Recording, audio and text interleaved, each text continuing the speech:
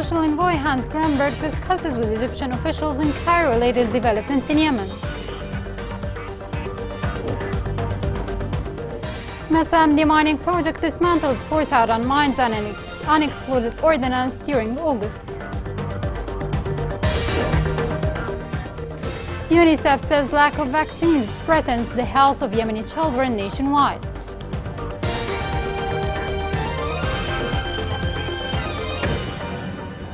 Welcome to Yemen Today TV. This is the English news with me, Angel Zazi. Egyptian ambassador to Yemen Ahmed Farouk announced the approval of his government to the facilities to Yemeni residents and expatriates. This came during his meeting with the head of the Presidential Council, adding that the Egyptian Minister of Foreign Affairs will soon announce the mechanisms and details related to the facilities granted to Yemeni residents and expatriates. Egyptian Foreign Minister Sameh Shoukry discussed with Hans Gramberg, UN Special Envoy to Yemen, latest developments in Yemen. Gramberg briefed the Egyptian minister of the results of his contacts with the various Yemeni and regional parties. For his part, Minister Shoukry stressed the Egyptian position towards the importance of supporting an inclusive political process for all Yemeni parties, preserving the unity, sovereignty, and integrity of Yemen. 8 government soldiers were killed in a surprise attack by the Houthis on the front between Al Bayda and Lahj. A source added 15 Houthi militants were killed during the attack. The following report has more details. At least 23 people were killed in heavy combat between Yemeni government troops and Houthis in the southern province of Lahj on Sunday, as the Yemeni government criticized the militia for rejecting peace efforts to end the war. The Houthis launched an attack on government troops in Yafa region, sparking heavy fighting that killed 15 Houthis, 8 pro-government soldiers, and injured at least 10 more. Mohammed al-Naqib, a spokesman for pro-independent southern forces that control Yafa, described the Houthi attacks on Yafa as the militia's biggest and bloodiest attack in recent months, adding that their forces were able to repel the Houthis, forcing them to retreat after suffering heavy casualties. The Houthi militia's assault on Yafa is a response to all concessions offered by the legitimate government and peace initiatives. Since early last year, when the UN-brokered truce came into force, hostilities have drastically decreased, primarily outside the government-controlled city of Ma'rib. However, Yemeni government officials say that the Houthis have continued their fatal attacks on residential neighborhoods and military targets in Lahj, Ma'rib, and Taz. According to local press reports citing Houthi media, the Houthis have buried more than 4,000 fighters killed on the battlefield since the beginning of this year. The Houthi attack on Yafa occurred a day after a member of the Presidential Leadership Council, Sultan Al Arada, accused the Houthis of impeding peace efforts to end the war and reiterated the government's threat to respond militarily to Houthi attacks on oil facilities. Al Arada told a gathering of government officials in Ma'rib on Saturday that the Houthis were attempting to lay siege to government-controlled areas by halting oil shipments and forcing local traders to abandon ports. A young man was killed in a mine explosion northeast of Sana'a Governorate.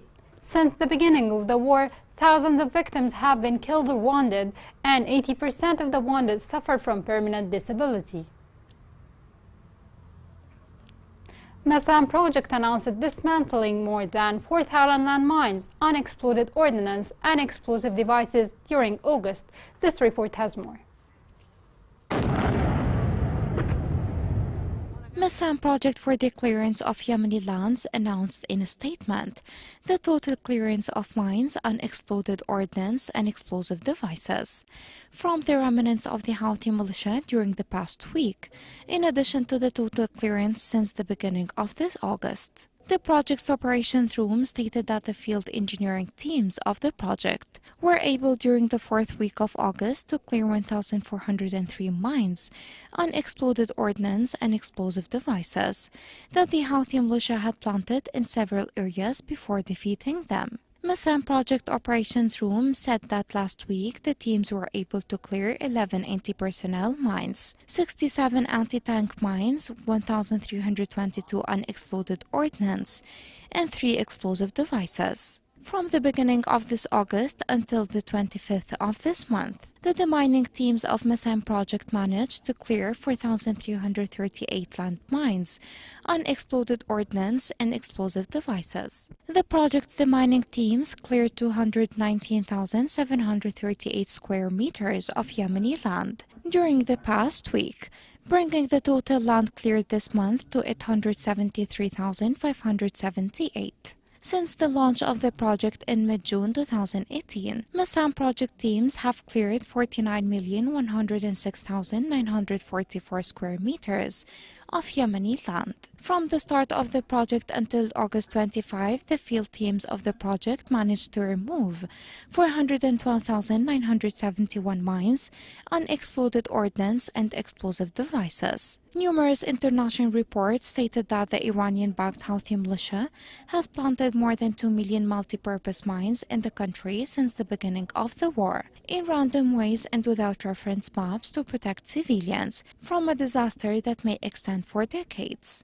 During the past year, Houthi mines killed and injured hundreds of citizens, including women, elders, and children. People of Yemen deserve to go on their daily lives without fear of being killed or injured by the landmines and exploded remnants of the war.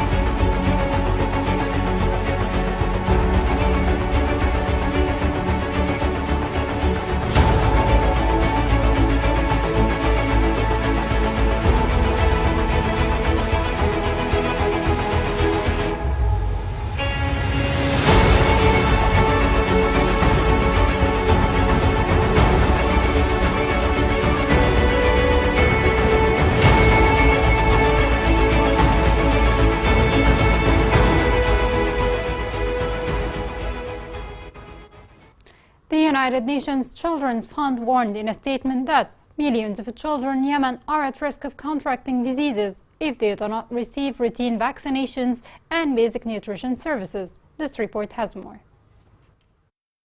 Recent UN reports revealed that social, health, and economic systems in Yemen still represent a danger after more than 8 years of conflict, which has exacerbated needs in all Yemeni sectors, especially for millions of children who are threatened with diseases. Activists and human rights organizations accuse the coup group of continuing corruption and preventing routine vaccinations amid their continued systematic destruction of the medical sector. In a statement, the United Nations Children's Fund warned that millions of Yemeni children are at risk of getting diseases if they don't receive routine immunizations and basic nutrition services. UNICEF stated that lack of timely funding puts millions of children in Yemen at risk, as more than 1 million Yemeni children under the age of 1 year lack routine vaccinations, and more than 4.8 million children will not receive basic nutrition services. According to the organization, 11 million Yemeni children are in need of humanitarian assistance and protection, and warned that the lack of funding for urgent interventions would pose a challenge to the continuity of basic services, putting the lives of Yemeni children at risk. UNICEF needs more than $400 million to respond to the humanitarian crisis in Yemen and to meet critical needs in areas of health, nutrition, water, sanitation, child protection, education, and social protection during the current year. Meanwhile, the World Food Programme said it was forced to make cuts in malnutrition prevention activities in Yemen that previously targeted 1.4 million people. As a result of the lack of resources, WFP will only be able to assist 128,000 people in Yemen out of a total of 2.4 million children, pregnant and lactating women and girls who were initially targeted. The World Health Organization had revealed several weeks ago that 24,000 cases of fever had been recorded in Yemen in the first quarter of this year, attributing the reason for stopping vaccination campaigns. The organization monitored more than 23,000 cases of fevers and viruses, including 13,000 measles cases, 1,770 cases of dengue fever, in addition to 2,080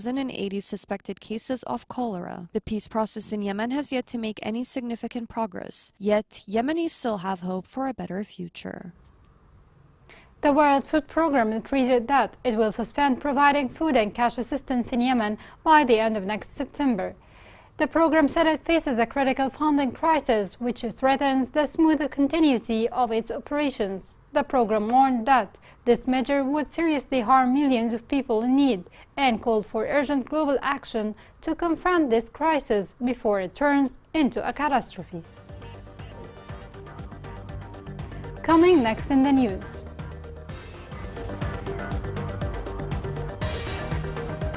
Upcoming Yemeni project seeks to empower provinces with more autonomy.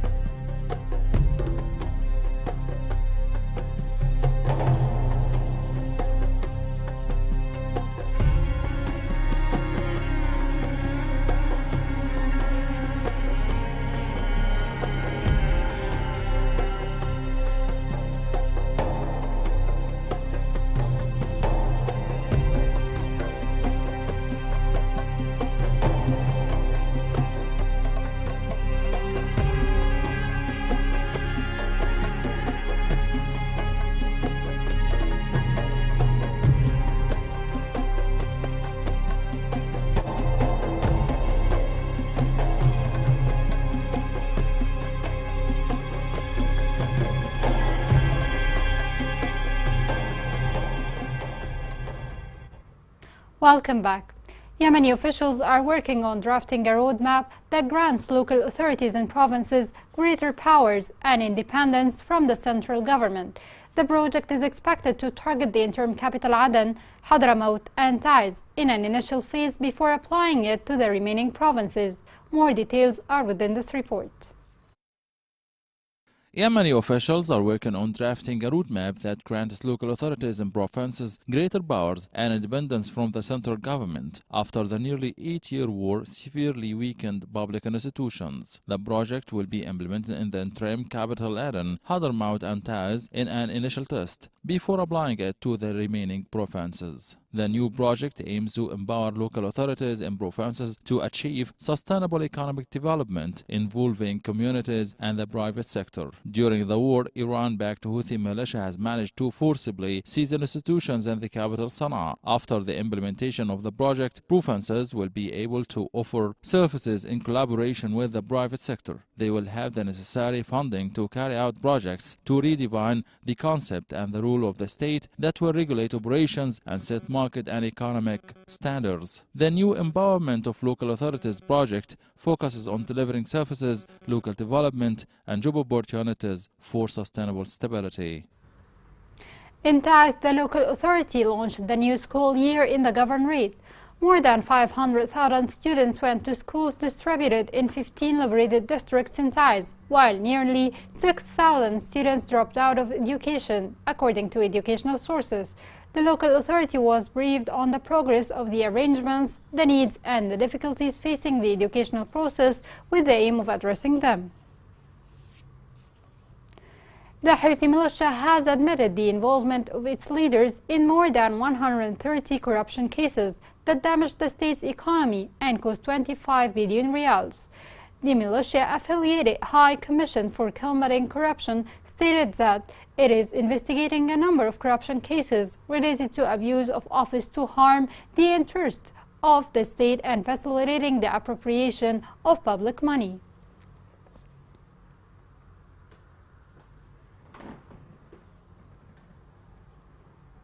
Yemen's economy suffers real setbacks due to the conflict and claimed corruption of government officials. The government is accused of ignoring much-needed economic reforms, which can improve living conditions. This report has more. Despite the increasing international calls directed at the Yemeni government to implement comprehensive economic reforms to get out of the current economic crisis, Yemenis have not yet benefited from the government, which has not been constantly present at its headquarters in Aden since its formation under the leadership of Main Abdel Malik in October 2018. Observers believe that the reason for the deteriorating economic and social conditions in the government-controlled areas is due primarily to the government's evasion from implementing the required economic reforms, in addition to the complexity and difficulty of the political and security scene and its intertwining with the economic scene. The lack of real will to implement reforms, the absence of accountability and transparency, in addition to the chaos and randomness that hit the state's administrative apparatus. Aden and government-controlled areas are witnessing a deterioration in infrastructure and basic services, a recurring crisis in the provision of oil derivatives, domestic gas and electricity, in addition to the record decline in the national currency and the rise in the prices of basic and food commodities. The Yemeni government has pledged during the past month to continue to strengthen coordination between monetary and fiscal policies to preserve the value of the national currency. It also pledged to correct the course of the national economy by draining the sources of corruption and taking measures to rationalize spending, improve revenues, and support transparency and accountability. But all of these measures have not yet entered into force. Economists believe that the government's failure in the economic file is primarily due to its unwillingness or seriousness in implementing economic and administrative reforms due to the conflict of interests between some of its components and the pursuit of some political parties participating in the government to achieve their partisan and personal interests at the expense of the supreme national interest. Torrential rains interrupted traffic in a number of areas in Ib Governorate. Local sources said that torrential rains caused the traffic to stop on a main road in the absence of any role for the concerned authorities under the control of the militia. Here is a reminder of the main headlines. U.S. Special Envoy Hans Grunberg discusses with Egyptian officials in Cairo latest developments in Yemen. Masam demining project dismantles 4,000 mines and unexploded ordnance during August. UNICEF says lack of vaccines threatens the health of Yemeni children nationwide.